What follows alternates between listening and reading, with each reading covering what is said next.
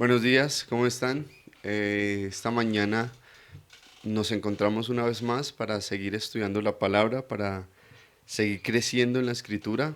Como lo hablamos hoy hace 8 días, iniciamos una serie que tiene que ver con el gozo cristiano. La idea era precisamente entender en primer lugar el significado correcto bíblico de lo que es el gozo cristiano, y eso fue lo que precisamente hoy hace 8 días logramos entender. Hablábamos acerca del significado, lo que significa el gozo. Veíamos que el gozo, más que la alegría, más que el júbilo, es ser conscientes de la gracia que Dios derrama sobre nosotros todos los días. Eso como tal fue lo que aprendimos, que es lo que significa el gozo cristiano, ser conscientes, y por esa conciencia, lógicamente, llega una alegría a nuestra vida. Sabemos todo lo que recibimos de manera inmerecida de parte de Dios, y eso produce en cada uno de nosotros un gozo, una alegría, que es lo que precisamente estábamos hablando. Eso era importante entenderlo, era importante entender ese significado para precisamente seguir estudiando el tema que la Biblia nos habla acerca del gozo. Y es lo que precisamente hoy vamos entonces a hacer. Porque leíamos algunos textos, leíamos algunos pasajes y necesitamos comenzar a comprender. Porque hay una situación diversa y es la que precisamente me gustaría que aclaráramos el día de hoy. Porque por un lado aprendíamos que el gozo, dice la escritura, que es parte del fruto del Espíritu. Es lo que nos dice la palabra en el libro de Gálatas. Pero también veíamos que hay una orden directa, la cual es hablada por el apóstol Pablo, donde debemos estar gozosos siempre, en todo momento. Y es allí donde quería que nos centráramos y que centráramos el estudio esta mañana. Porque necesitamos entender, o el gozo entonces es parte del fruto del Espíritu Santo que vamos a comenzar a experimentar, es decir, esperamos solamente a ver ese fruto manifestándose en nuestras vidas, o entonces nos tenemos que obligar a estar gozosos siempre en todo momento. Es decir, o espero que se manifieste ese gozo como parte del fruto del Espíritu, o entonces desde ya tengo que comenzar a practicar ese gozo como una obligación, como un mandato, como lo mostraba allí el apóstol Pablo. Y es precisamente lo que aparece ser, lo que parece ser una contradicción, lo que me gustaría que hoy entre todos, esta mañana, pudiéramos comprender un poco más, un poco mejor. Porque aparte de esto, también me gustaría profundizar en lo siguiente, y es lo que hoy vamos también a poder visualizar, a poder ver, a poder captar. Y es que la Biblia nos dice que debemos estar gozosos siempre, en todo momento. Pero si nosotros somos francos, no en todo momento estamos gozosos. Es decir, comprender lo que hoy vamos a comprender nos va a permitir entender por qué somos inconstantes en ese gozo. Porque si debemos mantener el gozo en todo momento, a toda hora, vemos que hay días, que hay semanas, que hay temporadas que el gozo definitivamente no está en nuestras vidas. Esa es la idea, al aclarar lo que les hablé hace un momento acerca de esa aparente contradicción, vamos también a entender mucho más, de manera más clara, por qué en ocasiones no mantenemos ese gozo. Debe ser algo continuo, debe ser algo permanente, es lo que Dios demanda de cada uno de sus hijos. Y vamos a ver hoy la razón, la manera en la que podemos solucionar esa situación y ver un cambio en nuestra vida como cristianos. Bien, y para entonces introducirnos más acerca de lo que vamos hoy a estudiar, me gustaría y es importante que podamos aludir o podamos recordar lo que hemos venido estudiando. Ya lo estudiamos, lo hablamos hace algún tiempo, y era lo referente en cuanto a la santidad. Hablábamos hace algunos meses en la iglesia de la santidad y aprendíamos cómo se lleva a cabo la santidad. Aprendíamos en ese momento que la santidad tiene que ver con lo siguiente. En la santidad hay dos partes las cuales deben de intervenir. Por un lado, en la santidad interviene Dios. Dios pone su parte para que nosotros más adelante, y es la parte que nos corresponde a nosotros, nos podamos vivir en santidad. Es decir, Dios nos santifica, pero nosotros debemos de practicar la santidad. Entonces es sinergia.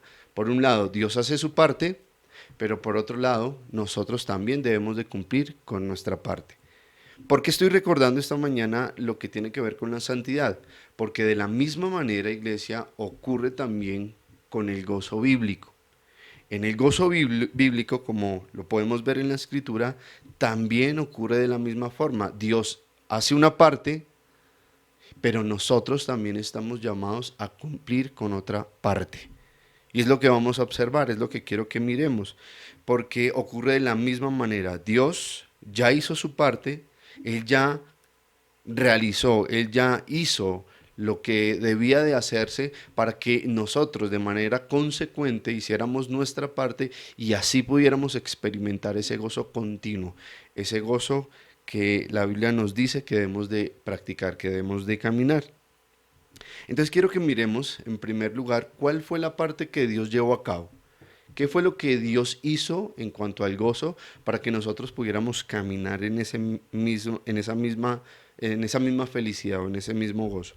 Lo primero que la Biblia nos enseña, que fue la parte que Dios realizó, que fue la parte que Dios hizo, es que Él nos dio al Espíritu Santo. Y esto todo lo tenemos claro. Él nos dio al Espíritu Santo. El Espíritu Santo son las arras, el Espíritu Santo es la promesa y nos ha sellado con su Santo Espíritu, lo ha puesto en cada uno de nosotros, sus hijos. Cuando fuiste regenerado, cuando somos salvos, lo primero que viene a nuestra vida es el Espíritu Santo y sabemos que allí va a permanecer hasta el día que seamos llamados a su presencia.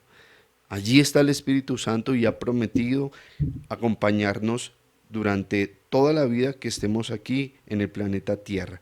Entonces, eso es lo primero en cuanto a la parte que Dios llevó a cabo. Nos dio al Espíritu Santo y de esa manera podemos llegar a estar gozosos. Pero también hay una segunda parte en cuanto a lo que hizo Dios.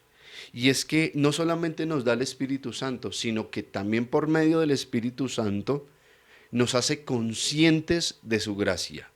Y eso es lo que precisamente quiero que leamos en el siguiente texto, el cual aparece en Juan 14, versículo 26. Juan 14, versículo 26, voy a leer la Nueva Versión Internacional. Mira cómo dice allí, hablando del Espíritu Santo. Pero el Consolador, el Espíritu Santo, a quien el Padre enviará en mi nombre, les enseñará todas las cosas y les hará recordar todo lo que les he dicho. Está hablando, por supuesto, del Espíritu Santo y más específicamente está hablando de la función que Él cumple en nuestras vidas. Cuando fuimos regenerados, lo que nos dice la Escritura es que el Espíritu cumple dos funciones. En primer lugar, el Espíritu nos enseña. Él es nuestro maestro por excelencia. Cuando estamos en la palabra, cuando estamos escuchando, cuando estamos estudiando, el que nos enseña, el que nos permite la luz, el entendimiento, el discernimiento, es el Espíritu Santo. Es parte de la función que Él está cumpliendo. Pero no solamente eso, sino que también nos recuerda lo que el Señor Jesús nos habla a través de la palabra, es decir, en los momentos oportunos, en el momento que Él así lo dispone, nos está recordando todo lo que necesitamos recordar, saber, comprender, para que la gracia que Dios ha depositado en nuestra vida se manifieste, es decir, que seamos conscientes de la gracia que el Señor Jesucristo vino a entregarnos. Entonces, esa es la parte, como les acabo de explicar, que ya cumplió Dios. Eso es lo que Él ya hizo de parte suya para que nosotros manifestemos ese gozo continuamente. Tenemos en nosotros todo lo necesario para ser conscientes de la gracia que el Señor Jesucristo nos ha dado. Dios nos proveyó de todo lo necesario para podernos gozar. Esa es la parte que Dios realizó. Pero el gozo es algo mutuo. El gozo viene de parte de Dios, pero también hay parte nuestra responsabilidad. Es decir, nosotros también intervenimos para que ese gozo se manifieste de manera correcta. Y es lo que quiero que vayamos aclarando. Mas, sin embargo, antes de ver la parte que nos corresponde realizar a nosotros, quiero volver a aclarar algo. Lo hablé hace 8 días en la enseñanza anterior, pero quiero volver a aclarar hoy. Y es que definitivamente el gozo no tiene que ver nada, absolutamente nada, con un sentimiento o con una emoción, sino más bien todo lo contrario. Como lo vamos a leer más adelante en Juan 14, 27 al 28, en realidad el gozo no tiene nada que ver con una emoción, sino que en realidad el gozo nos habla o tiene que ver mejor con el razonamiento. Ya te lo voy a aclarar mejor. Quiero que por favor leamos Juan 14, 27 al 28. Juan 14, 27 al 28 dice así: La paz les dejo, mi paz les doy. Yo no se la doy a ustedes como la da el mundo. No se angustien ni se acobarden. Ya me han oído decirles, me voy, pero vuelvo a ustedes. Si me amaran, se alegrarían de que voy al Padre, porque el Padre es más grande que yo. El contexto de estos versículos nos habla acerca de la angustia que estaban viviendo los discípulos. Los discípulos estaban pasando un momento difícil porque cada vez más era evidente que el Señor Jesucristo iba a partir, que los iba a dejar. Y ellos se angustiaban porque sabían que su maestro los iba a dejar, que se iba a ir. Pero precisamente eran las palabras que el Señor les decía. No se angustien, mi paz os dejo, mi paz les doy. ¿Por qué les habla el Señor de esa manera? El Señor lo que quería es que ellos fueran conscientes de lo que estaba pasando. Es decir, las palabras del Señor cuando les dice, mi paz les doy, lo que está el Señor tratándoles o lo que les está diciendo es lo siguiente: mira, mi paz os doy significa que por un lado les va a dar el Espíritu Santo, que es la promesa, pero también esa paz tiene que ver, para que ellos experimentaran esa paz, tiene que ver con que ellos entendieran las palabras y que fueran conscientes, que entendieran todo lo que el Señor Jesucristo les vino a predicar, les vino a hablar. Es más, lo que estaba escrito aún desde el Antiguo Testamento, que era necesario que el Cristo padeciese, muriera y resucitara al tercer día. Así que lo que el Señor Jesucristo necesitaba es que ellos comprendieran la información, entendieran las escrituras. Y de esa manera, junto con el Espíritu Santo, esa paz se iba a poder manifestar. Entonces, si lo notas, Jesús en ningún momento les estaba diciendo que se sintieran tranquilos, ¿cierto? Que calmaran las emociones. No, lo que les estaba diciendo era que entendieran, pero que razonaran la información y que precisamente al hacer eso, la paz del Señor iba a estar sobre sus vidas. ¿Te das cuenta cómo el gozo, según la Escritura, según la palabra de Dios, no tiene que ver con la emoción? Tiene que ver más bien con la manera en la que tú procesas la información que encuentras en la Biblia. El gozo tiene que ver con la manera en la que tú comprendes, asimilas y meditas todo lo que está escrito para cada uno de nosotros, para nuestras vidas. Y de allí va a partir el verdadero gozo. Así que el Señor Jesús les decía, mire, no importa lo que va a pasar, no importa el sufrimiento, no importa la calumnia, no importa la injusticia que en pocas horas el Señor Jesucristo va a sufrir. Lo que importa realmente, y era lo que él les estaba tratando de decir, es que él iba al Padre, y el Padre era, como en palabras del Señor Jesús, mucho más grande que él. Y ese gozo que estaba experimentando el Señor Jesús es precisamente lo que los discípulos, si lo amaban también a Él, debían de comenzar a vivir. Así que piensa por un momento, ¿en dónde crees tú que estaba la mente del Señor Jesucristo? ¿En dónde estaba su pensamiento? Sabemos, porque lo leemos en pasajes como en Getsemaní, dice que Él estaba angustiado grandemente, que aún su sudor eran como grandes gotas de sangre. Estaba en una situación difícil, no podía ser algo placentero lo que estaba pasando, pero aún más allá de eso, él sabía que su padre, por encima de todo, tenía el control. Y su padre era más grande y no había ningún problema. Jesús sabía cómo Dios Todopoderoso tenía en control todo y eso a él le producía la tranquilidad. No había una angustia allí humana, sino que podía tener la paz en el Espíritu. Allí estaba la mente del Señor. Y era allí donde el Señor Jesucristo quería trasladar también a los discípulos, porque estaban angustiados, porque estaban atormentados. Aún más, el Señor Jesucristo, que sabemos que es soberano, que es el mismo Dios, que es omnisciente, todo lo sabe, comprendía aún que los mismos discípulos, los cuales en ese momento le manifestaban amor, le manifestaban respaldo, aún él comprendía que en pocos instantes iba a quedar completamente solo, pero tampoco el conocimiento de eso lo llegó a atormentar o a quitarle la paz o a quitarle el gozo que mantenía Jesús. Mira el siguiente texto en Juan 16:32. Juan 16:32. Miren que ahora viene y ya está aquí, en que ustedes serán dispersados y cada uno se irá a su propia casa y a mí me dejarán solo. Sin embargo, solo no estoy, porque el Padre está conmigo. ¿Te das cuenta la comprensión, el discernimiento, la manera en la que razonaba el Señor Jesucristo?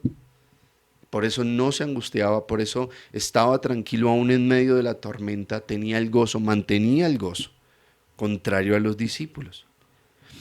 Y el asunto al cual debemos ir llegando es, ¿por qué ocurre de esta manera? Es decir, ¿por qué los discípulos aún con toda la información que tenían, porque tenían mucha información, es decir, tenían la información necesaria, Jesús ya les había hablado muchas veces, ¿por qué aún sabiendo lo que sabían, ellos llegaron a la decisión de dejarlo solo, de abandonarlo? Se dejaron se dejaron llenar de temor. ¿Por qué ocurrió eso con los discípulos? Aun cuando estaban de alguna manera, podemos decirlo, advertidos.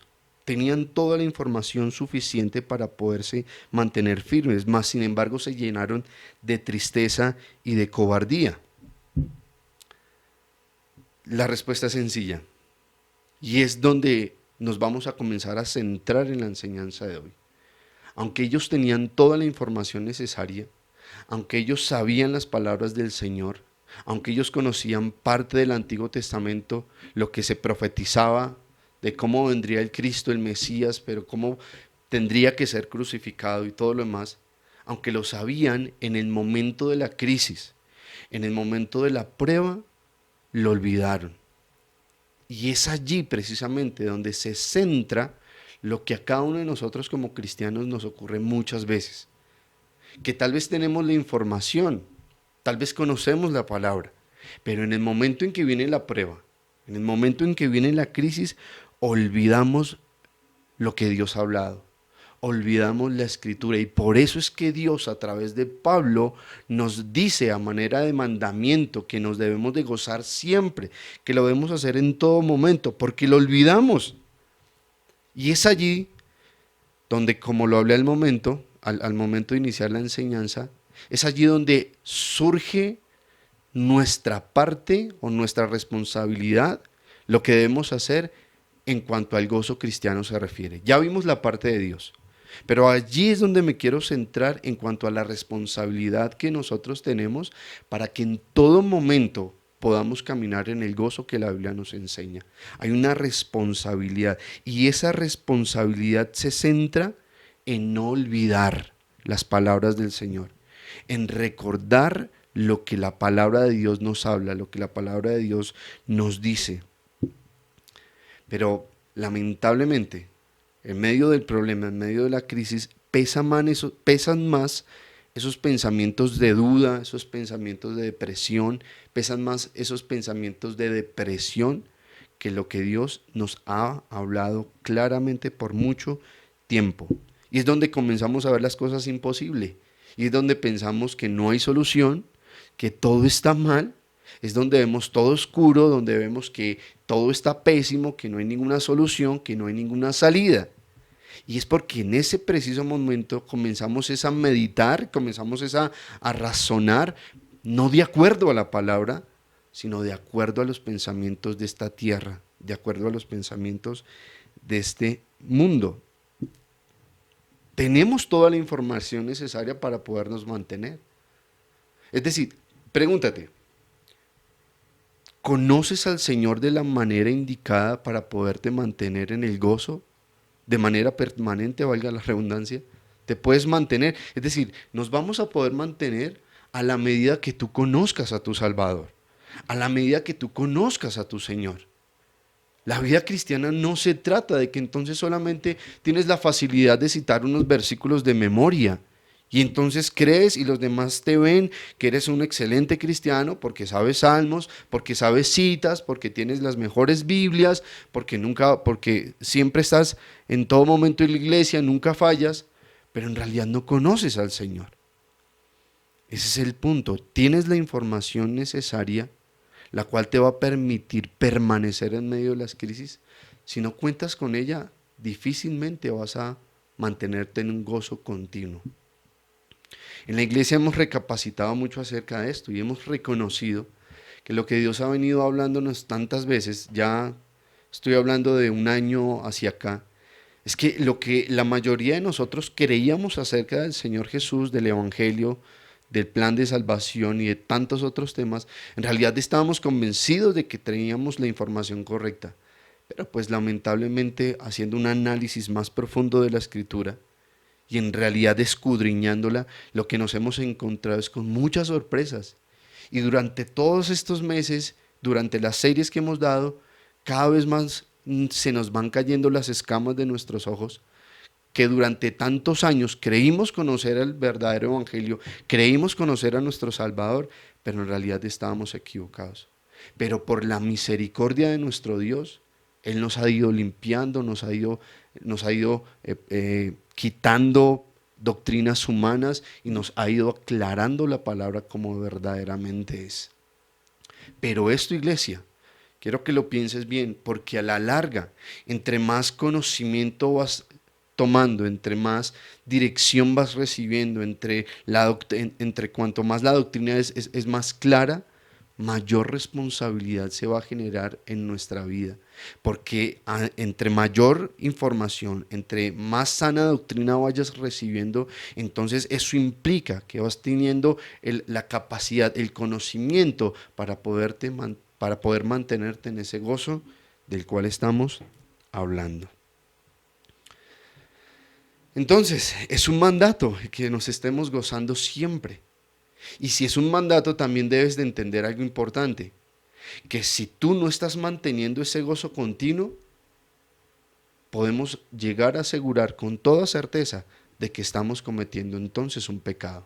La Biblia nos dice que debemos estar gozándonos siempre. Así que en el momento en que tú lo dejas de hacer, en el momento que tú te apartas y te entregas te entregas a tu propia emoción, te entregas a tu propia carne y dejas el gozo a un lado, tal vez digas, no estoy cometiendo ningún pecado, no estoy cometiendo nada malo, a nadie le estoy haciendo daño, pero si no estás caminando en ese gozo, quiero decirte que estás cometiendo pecado, estás caminando en pecado y tal vez no eres consciente de eso. A lo mejor ahorita mismo estás allí sentado en tu casa escuchando esta predicación, viendo este video y aún puedes estar en pecado porque no te estás gozando como la Biblia nos enseña que lo debemos hacer. Es un mandato y el incumplimiento de esta orden lo que ocasiona, pues lógicamente es errar el blanco, no cumplir el mandato, es decir, pecar. Entonces es importante que podamos entender, en el momento que dejamos el gozo a un lado, tal vez pienses que no es nada malo, pero según la palabra del Señor, y como lo hemos estado aprendiendo, estamos pecando en ese momento. Entonces, antes de continuar, recapitulemos. Por un lado, lo que acabamos de hablar, pecas cuando dejas de estar gozoso. Por otro lado, vemos el caso de nuestro Señor Jesucristo, cómo quería que sus discípulos razonaran, entendieran, vivieran esa paz por medio de comprender lo que estaban escuchando, de que no olvidaran.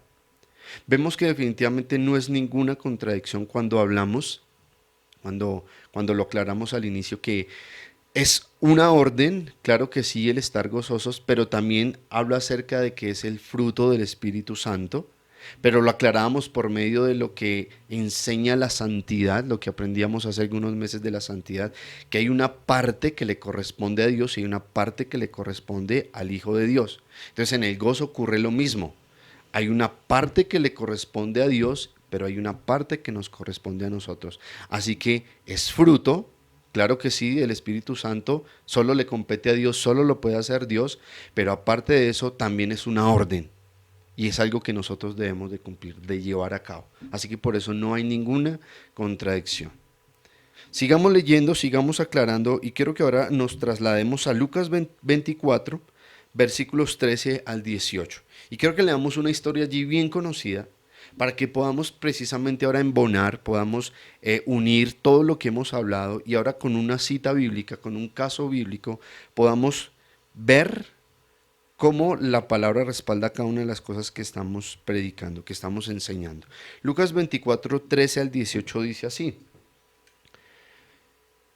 Aquel mismo día, dos de ellos se dirigían a un pueblo llamado Emaús, a unos 11 kilómetros de Jerusalén. Iban conversando sobre todo lo que había acontecido. Sucedió que mientras hablaban y discutían, Jesús mismo se acercó y comenzó a caminar con ellos, pero no le reconocieron, pues sus ojos estaban velados. ¿Qué vienen discutiendo por el camino?, les preguntó. Se detuvieron cabizbajos y uno de ellos, llamado Cleofas, le dijo: ¿Eres tú el único peregrino en Jerusalén que no se ha enterado de todo lo que ha pasado recientemente? Nota allí una palabra y es la que quiero que podamos tener en cuenta, es la palabra cabizbajos. La Reina Valera lo traduce como tristes. Esa era la actitud en la que se encontraban estos dos discípulos camino a Emaús cuando se encontraron con el Señor Jesús. Y pasó lo que acabamos de leer. Ellos, al hablar con Jesús, lo que manifestaron fue una tristeza. Estaban cabizbajos. Pero ¿acaso el Señor Jesucristo no les había dicho a sus discípulos anteriormente, y ellos como parte de sus discípulos, no les había dicho que estuvieran siempre gozosos? ¿No les había dicho que estuvieran siempre alegres, que mantuvieran ese gozo? Entonces, ¿por qué los encontramos aquí cabizbajos? ¿Por qué los vemos tristes? Si las palabras del Señor Jesucristo para ellos fueron completamente claras. Quiero que sigamos leyendo, saltemos unos versículos allí mismo en Lucas, los versículos 25 al 27, y sigamos comprendiendo mejor esta historia. Porque observa las palabras del Señor Jesucristo cuando se dio cuenta de la actitud que ellos traían. Cuando el Señor Jesucristo comenzó a escuchar su tristeza, su dolor, al verlos cabizbajos, mira la manera en la que le respondió el Señor Jesucristo a sus discípulos. Les dice así, 25. Qué torpes son ustedes, les dijo, y qué tardos de corazón para creer todo lo que han dicho los profetas. ¿Acaso no tenía que sufrir el Cristo estas cosas antes de entrar en su gloria? Entonces, comenzando por Moisés y por todos los profetas, les explicó lo que se refería a él en todas las escrituras.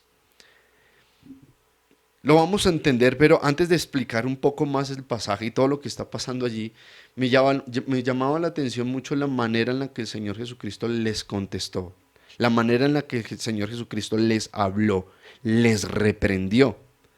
Porque ¿qué pensarías tú si vienes triste, vienes cabizbajo, vienes mal ante el Señor Jesucristo, le expones la situación y lo que recibes de parte del Señor en medio de tu tristeza es un torpe, que te llegue a decir el Señor torpe? Porque esas fueron precisamente las palabras o la palabra que el Señor Jesucristo le dice a estos discípulos que estaban tristes, que torpes son ustedes.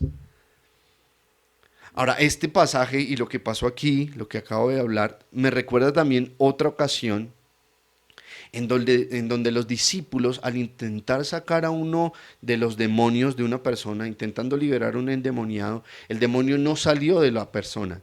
Y cuando el Señor Jesucristo llega a donde estaban ellos y ve lo que estaba pasando, el Señor Jesucristo dice las siguientes palabras: generación incrédula y perversa. Ahora, muchas personas han llegado a creer que esas palabras que estaba el Señor Jesucristo hablando era para el demonio, pero no es así. Esas palabras eran para los discípulos, generación incrédula y perversa. Entonces, si unimos este torpes con generación incrédula y perversa, ¿qué podemos ver de nuestro Señor? ¿Que está pecando? Sabemos que eso no puede ser así. Estudiando nosotros los atributos divinos, aprendíamos que el Señor es amor, misericordioso, es bondad, pero no podemos olvidar que uno de sus atributos también es la ira. Y así también muchas veces va a reaccionar el Señor ante aquellos a los cuales Dios les ha hablado, les ha dado el entendimiento, les ha enseñado una y otra vez, como dice la palabra, debiendo ser ya maestros, tienen necesidad de que se les vuelva a enseñar. Ante esta situación, el Señor confronta a las personas de esa manera, porque definitivamente no podemos ignorar, iglesia, que hay una responsabilidad en nosotros. Lo hablé hace algunos minutos. Cada vez que tú escuchas algo, cada vez que tú recibes de la palabra, que comprendes más la palabra, en ti se genera una mayor responsabilidad delante del Señor. Y por eso a ellos les dice torpes. Y por eso a los discípulos dice generación incrédula y perversa. ¿Te das cuenta lo importante de comprender, de observar cómo es que nosotros debemos de llevar nuestra vida cristiana? No es solamente que vayas y te sientes 2 horas a escuchar un mensaje. No es solamente que te sientas complacido porque escribiste 2 o 3 palabras en una agenda, en tu cuaderno, y entonces ya tienes la predicación clara. Lo importante es lo que tú estás meditando. Lo importante es lo que esa información está afectando tu vida, que estás llevando a cabo. Y eso es lo que precisamente nos sigue aclarando la Escritura. Ahora, Jesús no miente. Y si les dice torpes, es porque realmente estaban actuando de esa manera, en medio de la torpeza. Y es precisamente esa torpeza la que está impidiendo el gozo en el cual ellos debían de estar caminando, a causa de la torpeza. Pero, ¿qué nos puede decir el original acerca de esta palabra torpe? ¿Qué nos dice el original? Cuando vas al original y te encuentras la palabra torpe, lo que te vas a dar cuenta es que significa lo siguiente. Torpe significa sin entender, sin pensar, sin razonar, actuar sin pensar. Así que, palabras más, palabras menos, ¿qué es lo que Jesús les está diciendo cuando le dice que torpes son ustedes?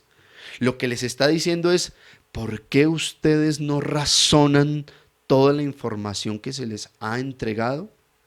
¿Por qué ustedes no aplican la lógica adecuada? Eso era lo que precisamente ellos estaban haciendo mal. No aplicaban la lógica indicada, no comprendían, no razonaban, no lo masticaban, sino que solamente escuchaban y ahí dejaban toda la información. Al decirles tardos de corazón, les está diciendo lentos para entender, porque no comprendían que lo que ellos debían de hacer era confiar en el Señor, confiar en lo que Él les había hablado, lo que Él les había prometido. Pero estaban cabizbajos, estaban tristes, precisamente porque no confiaban, porque no se estaban gozando, porque eran torpes, porque actuaban sin pensar, porque no meditaban, porque no razonaban. Así que, ¿qué es lo que impide que no puedas mantener el gozo continuamente? La torpeza. Es decir, la falta de razonar la palabra de Dios adecuadamente, de meditar en ella, de profundizar en ella. Eso es lo que te impide, lo que nos impide muchas veces confiar en Dios, esa torpeza. Que aunque tenemos la información, aunque sabemos lo que Dios nos habla, lo que Dios es, sabemos sus atributos, sabemos su soberanía, entendemos el Dios de la Escritura, sabemos que Él está por encima de todas las cosas, aunque lo sabemos, no llegamos a razonar adecuadamente para llegar a gozarnos continuamente. Y por eso esa torpeza es que el gozo no se manifiesta. Este es un pecado de negligencia. Los discípulos camino de Emaús estaban cayendo en un pecado de negligencia. Estaban enfocados más en su tristeza.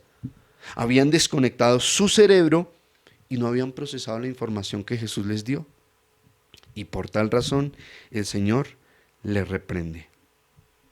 Razonar, iglesia. Esto tal vez en el ámbito cristiano, en el pueblo cristiano, es mal tomado, porque nos enseñaron que nosotros como hijos de Dios no debíamos de razonar, no debíamos de pensar, sino que sencillamente todo lo debíamos de creer. y solamente teníamos que hacer una señal de aprobación, pero no podíamos pensar. Es decir, durante años se nos enseñó que debíamos desconectar nuestro cerebro en las cosas de Dios, que solamente es por fe, por fe y por fe. Aún ni siquiera llegamos a entender qué es la fe, porque la fe es ser persuadido por medio de evidencias contundentes. Eso es lo que el original enseña acerca de la fe. Pero el cristiano solamente se dedicó a estar sentado, a escuchar a los líderes, a los pastores, y a afirmar con la cabeza que todo está bien.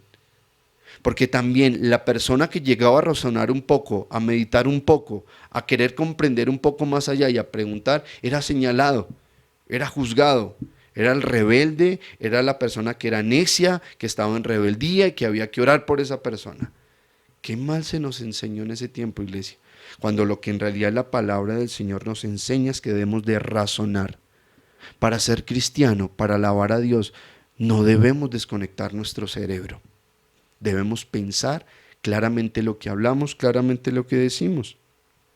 Y es por eso que también muchas veces lo he hablado, que aún en medio de nuestras alabanzas, muchas veces llegamos a cantar unas letras que ni siquiera tienen un sentido espiritual, letra que ni siquiera alaba el nombre del Señor, pero nosotros creemos que porque tiene un rótulo cristiano, porque lo canta según eso un salmista, un adorador, entonces creemos que está bien. Pero cuando analizamos, usamos el cerebro y procesamos la información, nos damos cuenta que es algo completamente antibíblico. Eso es un ejemplo de las muchas veces que nosotros dejamos de razonar, de meditar adecuadamente a la luz de la palabra del Señor. Porque observa lo que pasó con los discípulos camino de Emaús. Fueron reprendidos por el Señor, pero lógicamente Jesús no los dejó así, sino que comenzó a aclararles comenzó a explicarles desde la Escritura, desde los profetas, todo lo que se hablaba acerca del Mesías. Y luego dice que a ellos se les abrió el entendimiento. ¿Y qué pasó cuando se les abrió el entendimiento? Dicen que ellos llegaron gozosos, felices, a comentar, a hablar con los demás todo lo que les había pasado. ¿Pero por qué llegaron felices? ¿Por qué llegaron gozosos? Porque comprendieron. Anteriormente no tenían la capacidad de comprender. Claro que también tenían la capacidad anteriormente, pero esta vez fue diferente porque ellos razonaron, porque ellos meditaron, porque se detuvieron a pensar. Y ese razonamiento bíblico, de acuerdo a la palabra de Dios, los llenó de esa satisfacción. Y por eso salieron gozosos a hablar con los demás. ¿Te das cuenta del cambio que hubo, la diferencia que hubo en ellos? No tenían ninguna discapacidad o algo por el estilo. El asunto de muchos cristianos cuando dicen es que no comprendo, es que es difícil. No es que no sea difícil, es que estás tan acostumbrado solamente a escuchar, pero tampoco aplicas, tampoco meditas, que definitivamente se forman barreras en nuestra mente. Pero no es porque no entiendas, sino porque te falta es meditar. Te falta es profundizar.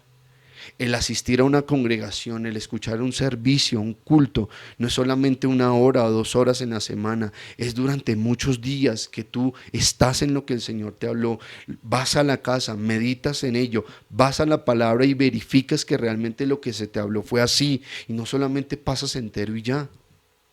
De eso depende el gozo en la vida de los creyentes, que se mantenga, que se persevere en él.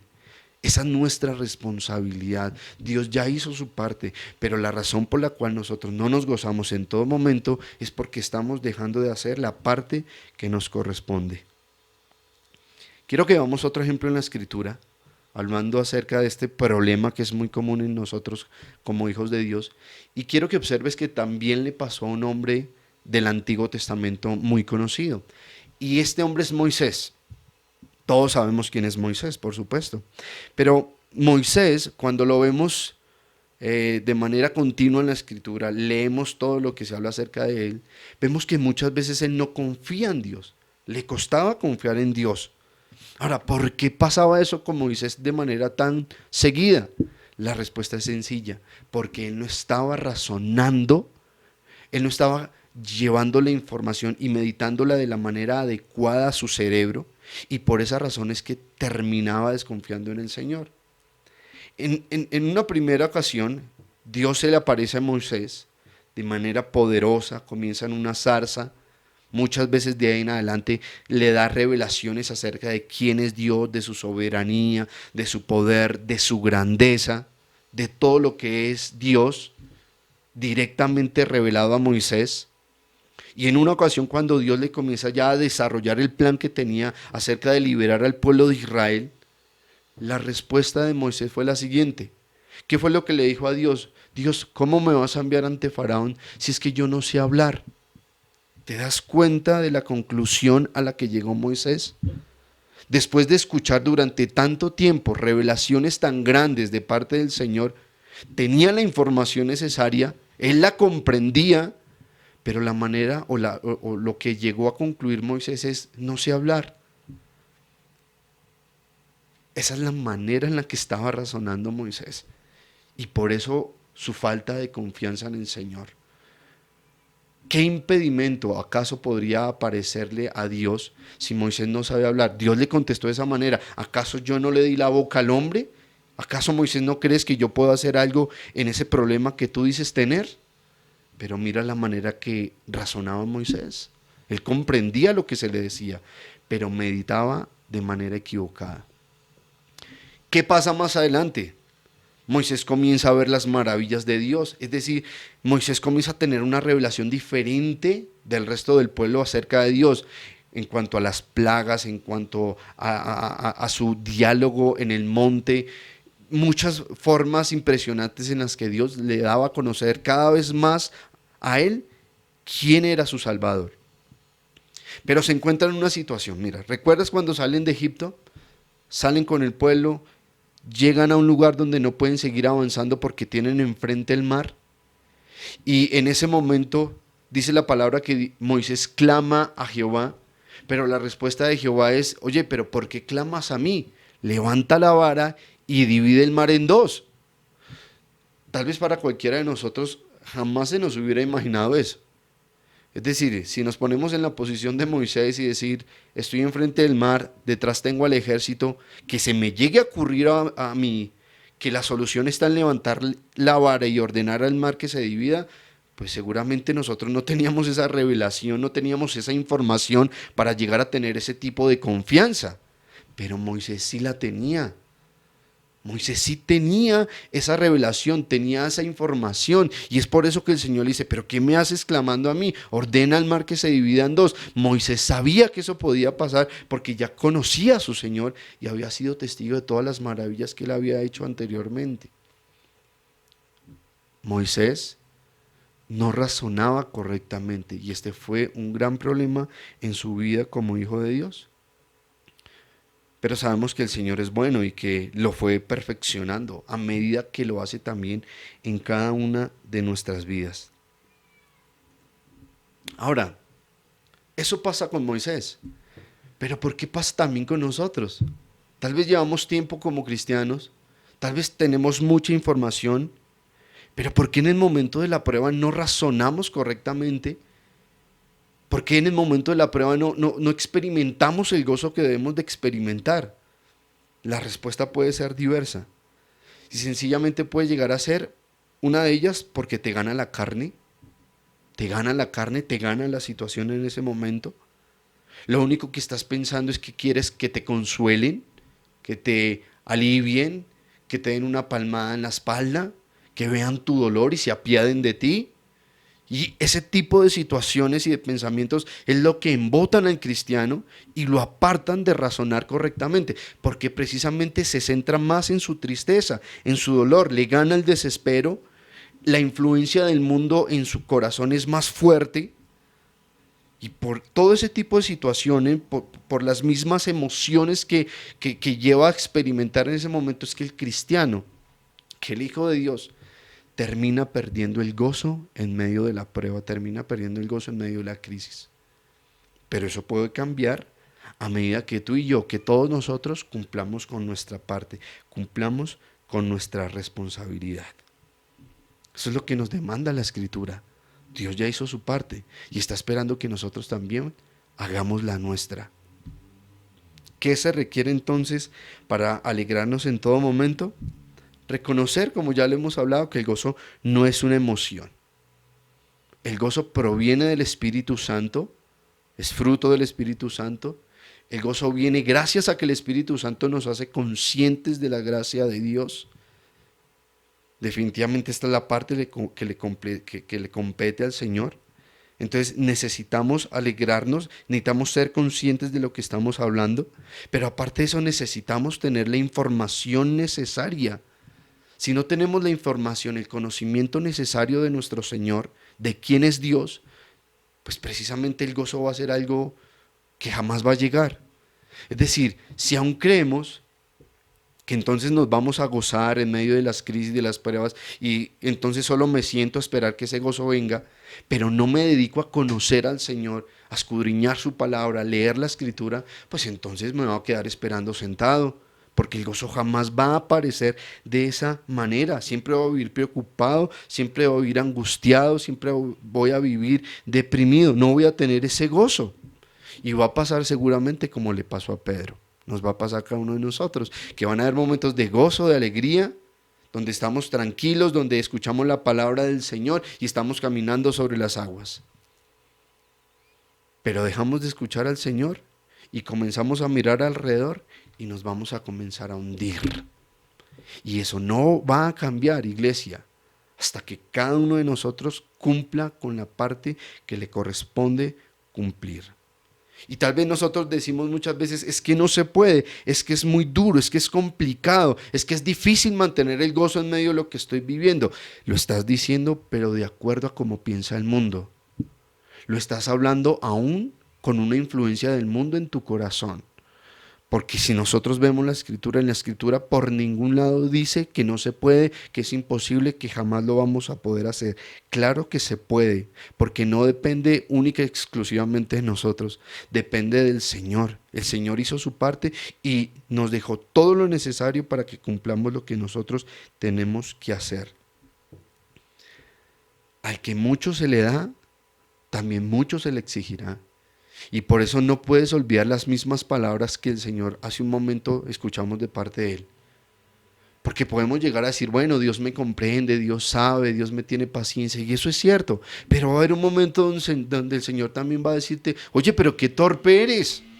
Tantos años, tanta información, hablándote de tantas maneras, y tú aún entregado a las pasiones, y tú aún entregado a la emoción, y aún tú deprimido, cuando deberías de estar levantado, gozoso, feliz, porque te mantienes meditando y razonando en mi palabra.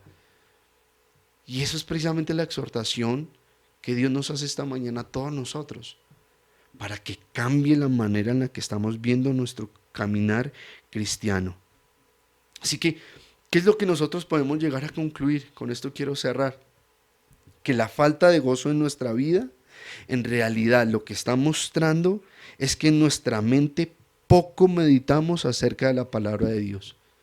Es decir, cuando veas a un cristiano, cuando tú mismo te veas y veas que continuamente abunda más la tristeza, el dolor y el sufrimiento, lo que se está mostrando es que tal vez tú escuches mucha palabra, tengas muchos predicadores, tal vez leas mucho la Biblia, sepas versículos, pero de eso no te sirve absolutamente nada si eso no está afectando tu mente y tu manera de pensar.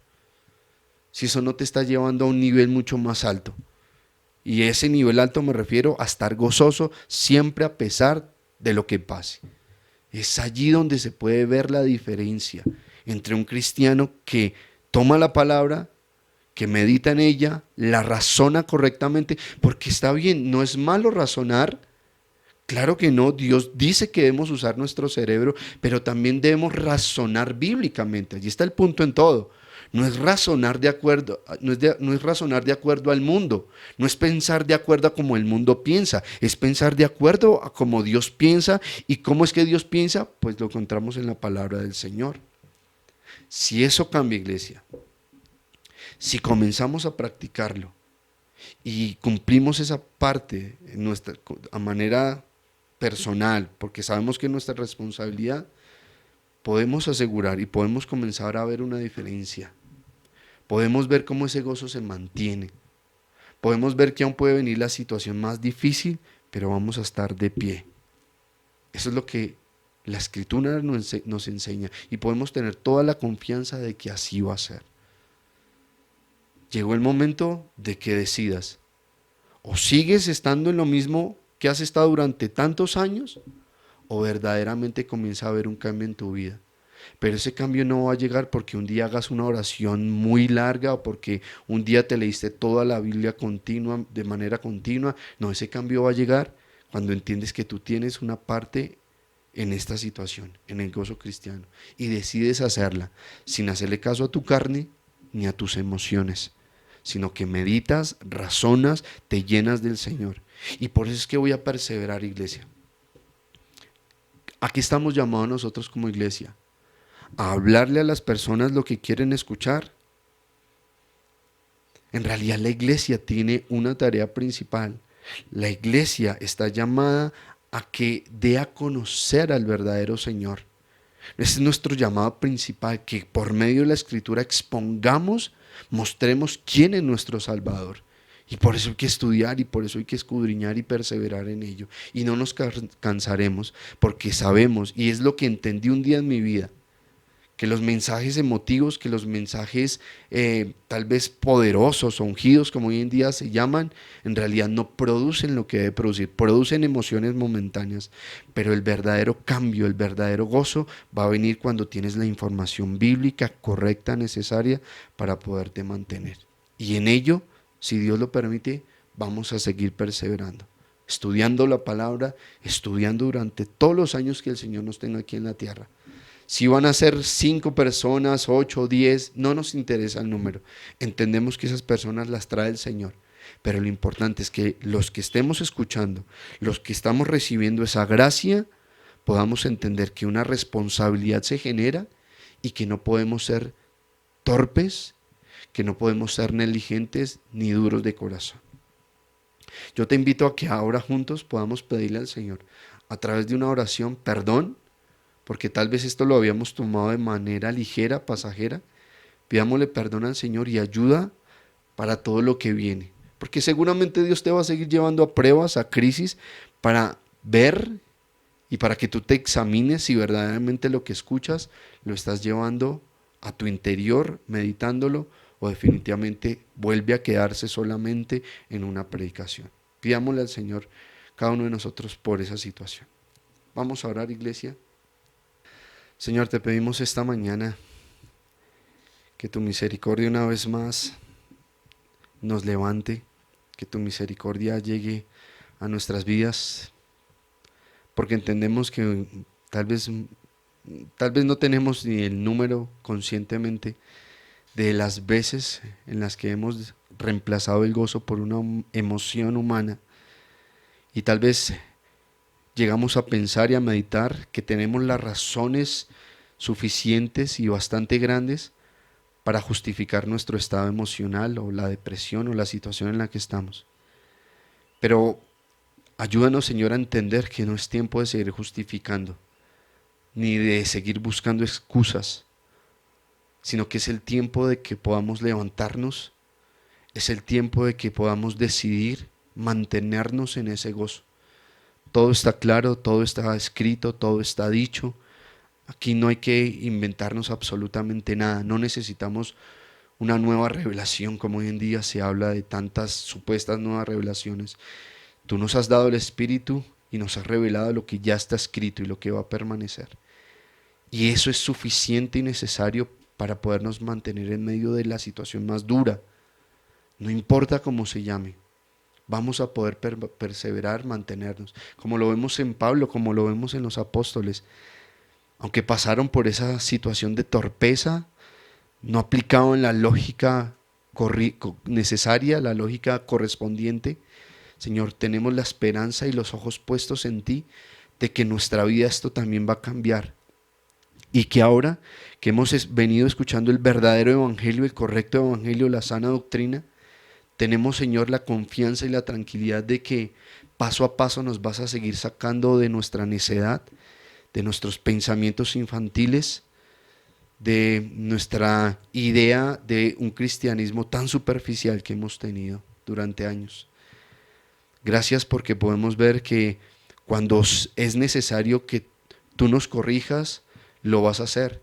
y te pedimos que nos corrijas. No queremos, Señor, ser sencillamente aquellos que piensan que como niños vamos a estar allí siempre consentidos en los brazos del Padre. Sabemos que tú nos amas, pero ese amor es maduro, ese amor corrige y ese amor disciplina. Dice la palabra que al que tomas por hijo, tú lo disciplinas y lo azotas las veces que sea necesario. Por eso, Señor, te pedimos aún, si es necesario ese azote para comprender, Señor, la palabra, para razonar correctamente y no seguir saliendo por caminos inmaduros y llenos de carne, porque eso es en realidad lo que muchas veces hacemos. Irnos por el camino de la carne, por el camino de este mundo.